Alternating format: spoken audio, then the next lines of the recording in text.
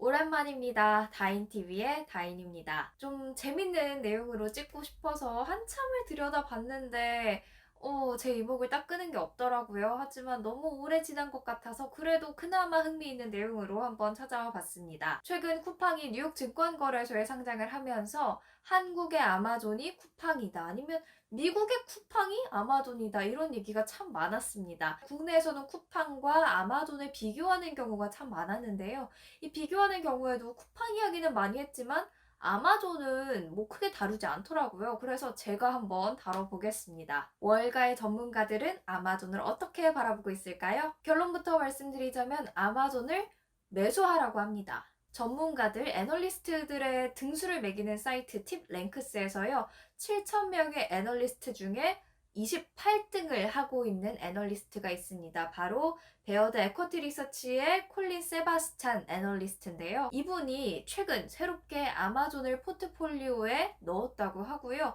또 매수 의견을 제시했고 목표 주가는 $4,000로 잡았다고 합니다. 그리고 이 애널리스트만의 의견이 아니라요. 다른 월가의 다른 애널리스트들도 아마존 좋지 이러면서 동조를 좀 하고 있다고 해요. 세바스찬은 현재 시장이 가치주, 금리 상승, 또 경제 재개, 또 치열한 이커머스 시장의 경쟁 구도 이런 것에 많이 주목을 하고 있지만 그래도 아마존이 우위를 갖는 이유는 바로 구독 모델을 갖고 있기 때문이다. 이렇게 설명을 했습니다. 구독 모델이라고 하면 그 아마존의 유료 프라임 서비스를 이야기하는 건데요. 이 모델을 통해서 충성 고객을 계속해서 만들어내고 또 이 충성 고객들이 매출을 끌어온다는 소리죠. 그러면서 세바스찬은 아마존이 프라임 유료 구독자 수 2억 명을 금방 달성할 수 있을 것 같다 이렇게 밝혔습니다. 그렇게 되면 이 유료 구독한 사람들만 단순히 2억 명 정도가 되는 거고요. 실제 아마존에서 정기적으로 물품을 구입하는 사람들은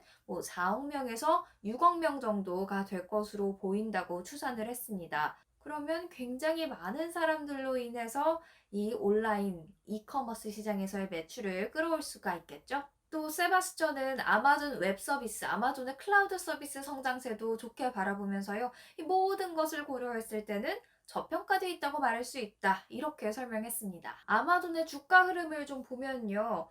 한 지난 작년 7월부터는 $3,000에서 오락가락 오락가락 약간 옆으로 계속 기어다니는 모습 보이고 있습니다.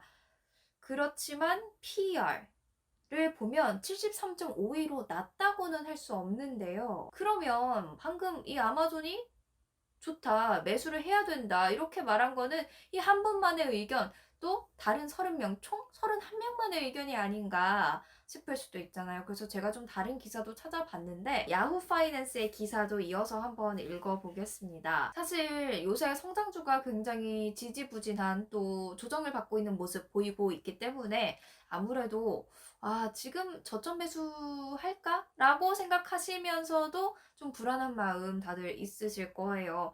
그런데 일단은 이 야후 파이낸스 기사에도요. 아마존을 어떻게 설명을 하고 있냐면요. 온라인 쇼핑 부분 대단하다고 보고 있습니다. 작년에 코로나19로 온라인 시장이 커진 것은 물론 또 거기에서 아마존이 대활약을 한 건 물론이고 앞으로도 계속해서 이 추세는 이어질 것이다. 이렇게 이야기하고 있는데요. 그룹 M의 조사에 따르면 이 글로벌 이커머스 시장은 2020년에 뭐 4조 달러 정도의 시장이었다면 2024년에는 7조 달러, 그리고 2027년에는 10조 달러에 달하는 거대한 시장이 될 것이다. 이렇게 바라보고 있습니다. 그렇다면 현재 1등 주자는 아마존이기 때문에 이 시장에서 계속해서 큰 파이를 가져가게 된다면 매출 성장세가 있을 수밖에 없다. 이렇게 분석하는 분위기고요. 또 현재 아마존의 시장 점유율이 국가별로 좀 차이가 있는 것 같아요. 미국에서의 시장 점유율은 40% 정도라고 하지만 영국으로 가면요 10% 정도밖에 안 된다고 합니다. 그러니까 국가별로도 아직 성장할 수 있는 룸이 더 많은 국가들이 있다. 이렇게 이해를 하시면 될 것 같습니다. 이 기사에서도 마찬가지로 클라우드 서비스를 언급하고 있는데요. 여기에 또 잠재적인 성장세가 엄청나게 숨어 있다고 합니다. 한 조사에 따르면요. 글로벌 클라우드 컴퓨팅 시장의 규모가 작년에는 3,710억 달러 규모였다면 이게 2025년 가면 8,320억 달러로 2배 이상 성장해 있을 것이다. 이렇게 예상을 한 게 있습니다. 퍼센트로 따지면 1년에 17.5%가량 이 시장이 커진다고 생각을 하시면 되는데요. 그렇다면 아마존 웹 서비스를 갖고 있는 아마존에게도 이 시장이 커지는 건 하나의 기회가 될 수 있는 거죠. 어떤 분들은 이렇게 말할지도 몰라요. 아마존 어차피 큰 기업인데 성장해봤자 커봤자 뭐 얼마나 크겠어. 이미 큰 애가 얼마나 더 크겠어.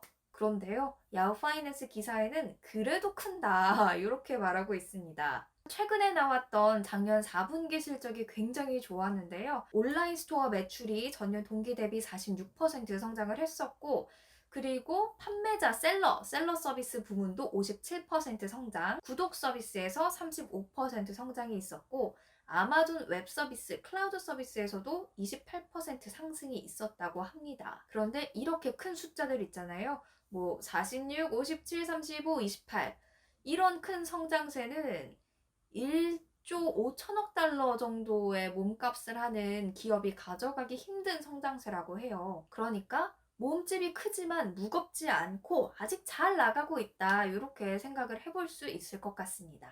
그렇다고 좋은 소리만 또 해줄 순 없죠. 야후 파이낸스에 그래도 아마존 리스크는 있다. 이렇게 분석을 하고 있는데요. 일단 첫 번째는 여기서는 좀 비쌀 순 있다. 이렇게 이야기를 하고 있습니다. 그러면서 PER을 예로 들고 있는데요. 아까 제가 말씀드렸지만 PER이 이미 70 이상이에요. 이미 너무 많은 기대를 한 몸에 받고 있는 종목이기 때문에 성장세가 조금이라도 둔화되는 모습이 보인다면 주가가 빠르게 하락할 수 있다. 이런 주의점을 제시를 하고 있고요. 또 두 번째로는 아마존 원래 조정을 잘 받는 종목이야 라고 설명을 해주고 있습니다. 아마존이 20% 또는 그 이상의 조정도 받은 적이 있다고 하는데요. 이런 변동성 있는 시기에는 주가가 크게 오락가락하기 때문에 이런 위험 회피 성향이 있으신 분들은 좀 신중하게 접근을 해야 한다고 기사는 설명하고 있습니다. 오늘 간략하게 아마존의 전망에 대해서 월가가 어떻게 보고 있는지 함께 살펴봤는데요. 정리를 해보자면 온라인 매출 성장세 높다. 아마존 웹 서비스의 성장세도 기대가 된다. 이렇게 긍정적인 면이 있는 반면 지금 고평가가 돼 있다. PER이 높다. 조정을 받을 때 세게 받을 수도 있다. 이런 위험 부담을 갖고는 가셔야 한다. 이렇게 정리를 해볼 수가 있겠습니다. 아마존에 들어갈까 말까 고민하셨던 분들이라면 이 영상 한번 보시고 또 관련 기사 확인, 팩트체크 해보시고 신중한, 현명한 결정하시길 바라겠습니다. 감사합니다.